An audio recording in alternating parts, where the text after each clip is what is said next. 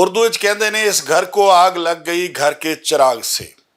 रिश्ते बड़े चंगे हुंदे ने, खास करके गूढ़े रिश्ते, भैणां भरावां वर्गे रिश्ते, लेकिन एक वेला वो आउंदा है इहो ही रिश्ते दुश्मन बन जाते हैं। मेरे नाल अज एक इंज दी फैमिली है, एक बंदा है जिहड़ा मनावां दे इलाके शरीफपुरा दा रहण वाला है। वो बेचारा बाहर दे मुल्क जाता है, उत्थों पैसा कमांदा है, अपनी फैमिली नूं घल्लदा है, माँ प्यो नूं घल्लदा है, घर चलदा रहिंदा है।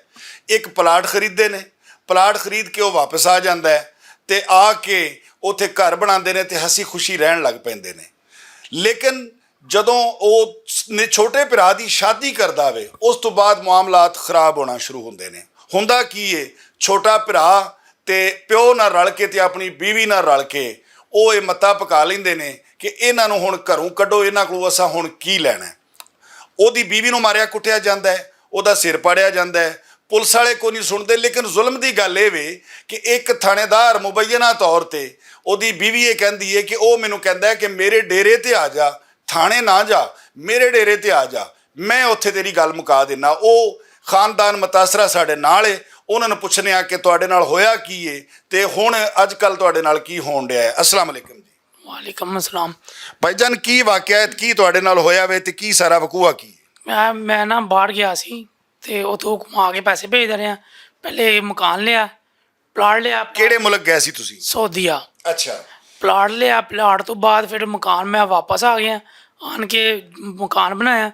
ਜਿਹੜੇ ਮੇਰੇ ਕੋਲ ਪੈਸੇ ਪੂਸੇ ਆਏ ਸੀ ਉਹ ਦੇ ਕੇ ਨਾਲ ਭਰਾ ਦੇ ਪਿਓ ਦੇ ਰਲ ਕੇ ਕਿ ਭਰਾ ਨੂੰ ਪੜ੍ਹਾਇਆ ਲਿਖਾਇਆ ਸਾਰਾ ਕੁਝ ਕੀਤਾ ਹੈ। ਠੀਕ ਹੈ। ਅੱਛਾ ਨਿਜ਼ਾਮ ਚੱਲਦਾ ਪਿਆ ਸੀ। ਉਸ ਤੋਂ ਬਾਅਦ ਬਿਲਾਲ ਭਾਈ ਤੁਹਾਡੇ ਨਿੱਕੇ ਭਰਾ ਦਾ ਕੀ ਨਾਂ ਹੈ? ਜ਼ੀਸ਼ਾਨ। ਜ਼ੀਸ਼ਾਨ ਜੀ। ਵਾਲਾ ਸਾਹਿਬ ਦਾ ਨਾਮ ਅਫਜ਼ਲ ਹੈ। ਠੀਕ ਹੈ। ਤੇ ਜਿਹਦਾ ਕਰਕੇ ਹੁਣ ਨਾ ਤੰਗ ਕਰਕੇ ਨਾ ਐਂਡ ਤੇ ਆਣ ਕੇ ਮੈਨੂੰ ਸਾਰਾ ਕੁਝ ਹੀ ਹਥਿਆਣਾ ਚਾਹੁੰਦੇ ਨੇ। ਠੀਕ ਹੈ। ਇੰਸ਼ੋਰੈਂਸ ਹੈਗੀ ਸੀ ਉਹ ਵੀ ਇਹਨਾਂ ਨੇ ਆਪਣੇ ਨਾਮ ਕਰ ਲਈ। ਮੈਨੂੰ ਹੁਣ ਆਖਨਾਮਾ ਜਦੋਂ ਐਂਡ ਤੇ ਹੋ ਗਿਆ ਨਾ, ਮੈਂ ਬਿਮਾਰ ਹੋ ਗਿਆ, ਸ਼ੂਗਰ ਦਾ ਮਰੀਜ਼, ਹੱਡੀ ਦਾ ਰੀੜ੍ਹ ਦੀ ਹੱਡੀ ਦਾ ਮਸਲਾ ਬਣ ਗਿਆ, ਮੋੜਿਆਂ ਦਾ ਮਸਲਾ ਬਣ ਗਿਆ। ਐਂਡ ਤੇ ਆਣ ਕੇ ਹੁਣ ਮੈਨੂੰ ਕਹਿੰਦੇ ਪਏ ਨੇ ਕਿ ਲੈ ਆਖਨਾਮਾ ਤੂੰ ਆਪਣਾ ਬਣਾ ਤੇ ਆਪਣਾ ਖਾ, ਤੂੰ ਇਸ ਤੋਂ ਲੈਦਾ ਹੋਇਆ। ਠੀਕ ਹੈ।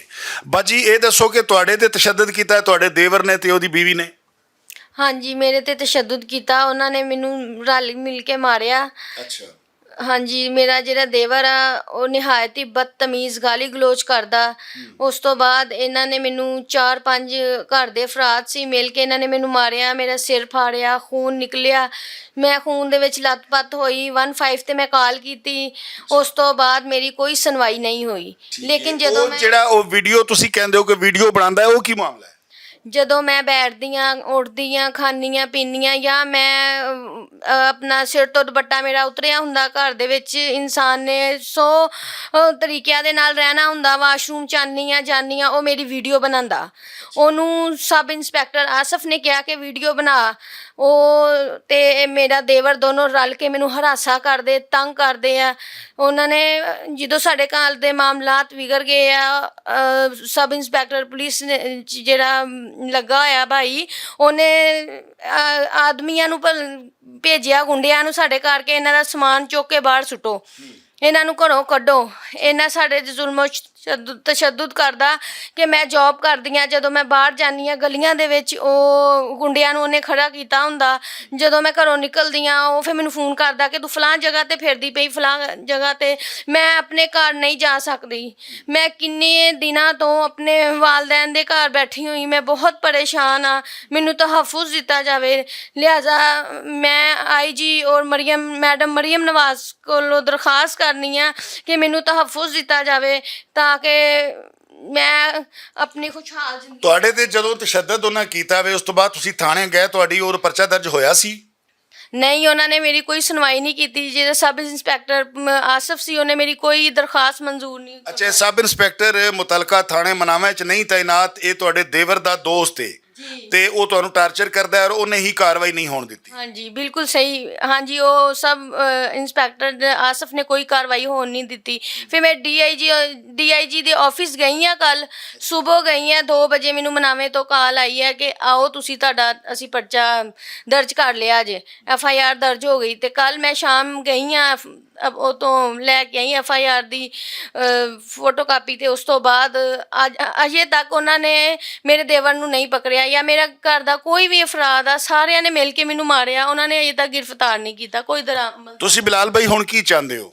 ਅਸੀਂ ਚਾਹੁੰਦੇ ਕਿ ਸਾਨੂੰ ਜਿਹੜਾ ਨਾ ਇਨਸਾਫ ਹੈ, ਜਿਹੜਾ ਜੋ ਹਿੱਸਾ ਬਣਦਾ ਨਾ ਸਾਡਾ ਉਹ ਦਿੱਤਾ ਜਾਵੇ। ਜਿਹੜੇ ਮੈਂ ਪੈਸੇ ਉਹ ਉੱਥੇ ਲਾਏ ਨੇ ਮਕਾਨ ਤੇ, ਉਹਨਾਂ ਨੂੰ ਦਿੰਦਾ ਰਿਹਾ ਵਾਂ ਪੈਸੇ, ਉਹ ਕਹਿੰਦੇ ਕਿ ਕੋਈ ਚੀਜ਼ ਨਹੀਂ ਦਿੱਤੀ, ਉਹ ਪੈਸੇ ਵਾਪਸ ਦੇ ਦੇਣ, ਜਿਹੜਾ ਮੇਰਾ ਹਿੱਸਾ ਬਣਦਾ ਉਹ ਦੇ ਦੇਣ। ਸ਼ਰਈ ਪਾਸੇ ਵੀ ਆਣਗੇ ਤਾਂ ਵੀ, ਤੇ ਉਸ ਤਰ੍ਹਾਂ ਵੀ ਜਿਹੜਾ ਬਣਦਾ ਪੈਸੇ ਦਿੱਤੇ ਨੇ ਉਹ ਦੇ ਦੇਣ। 4 ਸਾਲ ਮੇਰੀਆਂ ਸੈਲਰੀਆਂ ਲੈ ਕੇ ਖਾਂਦੇ ਰਹੇ ਨੇ ਫੈਕਟਰੀ 'ਚੋਂ, ਠੀਕ ਹੈ।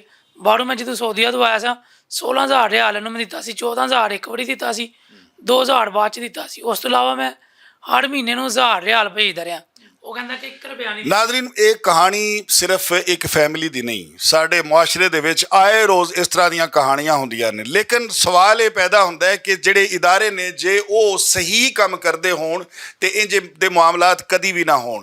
ਜਿਸ ਤਰ੍ਹਾਂ CCD ਨੂੰ ਅਸੀਂ ਹੁਣ ਲੈ ਲਿਓ, CCD ਆਏ ਰੋਜ਼ ਬੰਦੇ ਮਾਰ ਰਿਹਾ, ਰਿਕਾਰਡ ਯਾਫਤਾ ਵੀ ਜਾਂ ਜਿਹੜੇ ਵੀ ਕ੍ਰਿਮੀਨਲ ਨੇ ਉਹਨਾਂ ਨੂੰ ਮਾਰਿਆ ਜਾ ਰਿਹਾ ਹੈ। ਲੇਕਿਨ ਮੈਂ CCD ਇੰਚਾਰਜ ਜਿਹੜੇ ਨੇ ਉਹਨਾਂ ਅੱਗੇ ਗੁਜ਼ਾਰਿਸ਼ ਕਰਾਂਗਾ ਕਿ ਹਜ਼ੂਰ ਤੁਸੀਂ ਸਿਪਾਹ ਸਾਲਾਰ ਹੋ CCD ਦੇ, ਇਹ ਦੱਸੋ ਕਿ ਇੰਜ ਦੀਆਂ ਜਿਹੜੀਆਂ ਕਾਲੀਆਂ ਭੇਡਾਂ ਥਾਣਿਆਂ ਦੇ ਵਿੱਚ ਬੈਠੀਆਂ ਹੋਈਆਂ ਨੇ ਵਰਦੀ ਪਾ ਕੇ, ਜਿਨ੍ਹਾਂ ਕੋਲ ਖਵਾਤੀਨ ਆਪਣੀ ਦਾਦ ਰਸੀ ਲਈ ਜਾਂਦੀਆਂ ਨੇ ਕਿ ਮੇਰੇ ਨਾਲ ਇਹ ਜ਼ਿਆਦਤੀ ਹੋਈ ਹੈ ਜਾਂ ਮੇਰਾ ਘਰ ਲੁੱਟਿਆ ਗਿਆ ਜਾਂ ਮੇਰੀ ਇੱਜ਼ਤ ਨੂੰ ਕਿਸੇ ਨੇ ਹੱਥ ਪਾਇਆ ਹੈ, ਮੇਰੀ ਕਾਰਵਾਈ ਕੀਤੀ ਜਾਏ, ਮੈਨੂੰ ਇਨਸਾਫ ਦਿਵਾਇਆ ਜਾਏ। ਲੇਕਿਨ ਅੱਗੋਂ ਉਹ ਕਾਲੀਆਂ ਭੇਡਾਂ ਇਹ ਕਹਿੰਦੀਆਂ ਨੇ ਕਿ ਪਹਿਲੇ ਤੂੰ ਆ ਨਾ ਮੇਰੇ ਡੇਰੇ ਤੇ, ਕੱਲੀ ਆ ਜਾ, ਮੈਂ ਤੇਰੀ ਗੱਲ ਸੁਣਨਾ ਤੇ ਤੇਰਾ ਕੰਮ ਮੁਕਾ ਦਿੰਦੇ ਆ। ਇੰਜ ਦੇ ਲੋਕਾਂ ਦਾ ਸੱਦੇਬਾਬ ਕੌਣ ਕਰੇਗਾ? ਇਹ ਇੱਕ ਬੜਾ ਵੱਡਾ ਸਵਾਲੀਆ ਨਿਸ਼ਾਨ ਹੈ ਇੰਚਾਰਜ ਉੱਤੇ ਜਿਹੜੇ ਕਿ ਹੈਗੇ ਨੇ CCD ਦੇ।